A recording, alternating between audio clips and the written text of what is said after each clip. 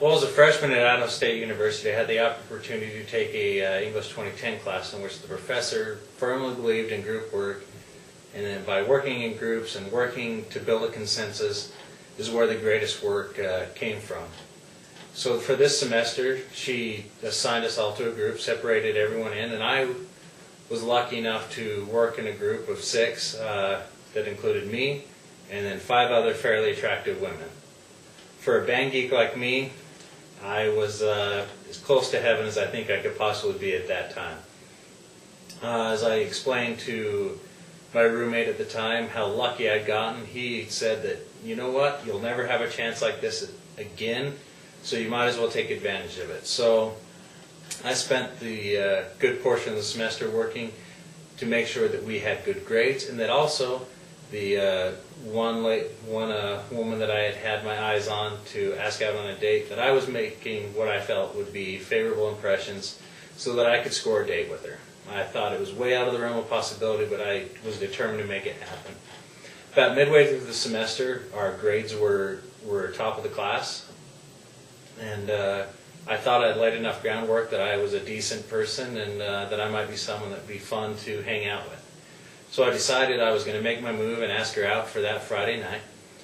It was a Wednesday, and we were walking to our next classes, which luckily for us, or for me I guess, was in the same building. So we spent a lot of times just talking and hanging out as we walked to the next building.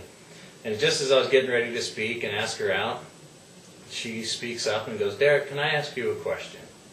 And I said, "Sure, you can ask me anything." And then she followed that up with the most dreaded words that many people have heard, and she goes, "But you don't have to answer if you don't want to." I immediately was uncomfortable and realized I didn't know where this was going, but I knew I wasn't going to like where it was going to end up. So she goes, "Derek, I've enjoyed being around you in class, and you're a lot of fun, but I just have a question." She goes, "Do you have ADD?"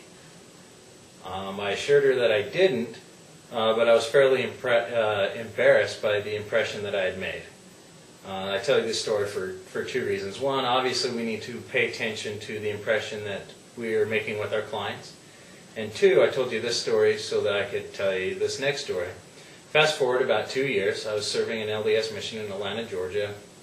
This particular area was a very rural area, and I was serving with a senior couple. We had shared the area and we had different responsibilities. But this senior couple was from Molat, Idaho.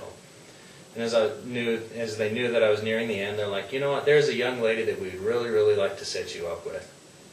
And I'm like, "Okay, I've got about 3 months left. I can be all right. Let's go ahead. You can make the call one Sunday night." And they're like, "No, we want you to be there so you can hear her voice and see if you like it." Well, without me knowing, I'm sitting there, and they make the call, and they begin explaining, "We've got this young elder named Elder Morton. His first name's Derek. He went to Idaho State for a year before his mission, and we'd really like to set you up with him." And all of a sudden I recognize the lady's voice on the other end. She goes, "Derek Morton." She goes, "Well, I'll tell him I'll go out with him as long as he comes to the conclusion that he does have ADD." Once again, I was embarrassed. My past had come back to catch up with me. But the thing is 2 years later, there's certain cues that she had heard. She was able to remember me.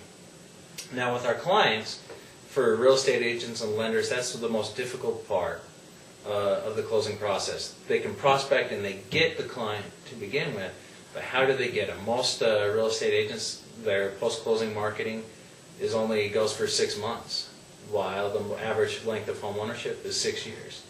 And only 21% of all real estate agents are getting repeat business on a consistent basis. So it makes it very difficult. But here's the beauty of it. 90% of homeowners would be willing to use their same agent again when it comes time to purchase another home, but only 11% can remember who those agents were. So, a couple things to help you become more memorable. 1, provide fantastic service. 2, use Mountain View Title so that we can use our digital closing document system, which has a post-marketing closing system with you. So if you have any questions, feel free to call. And remember, For all your title and escrow needs, use Mountain View Title, because while others may sell, at Mountain View Title, we close.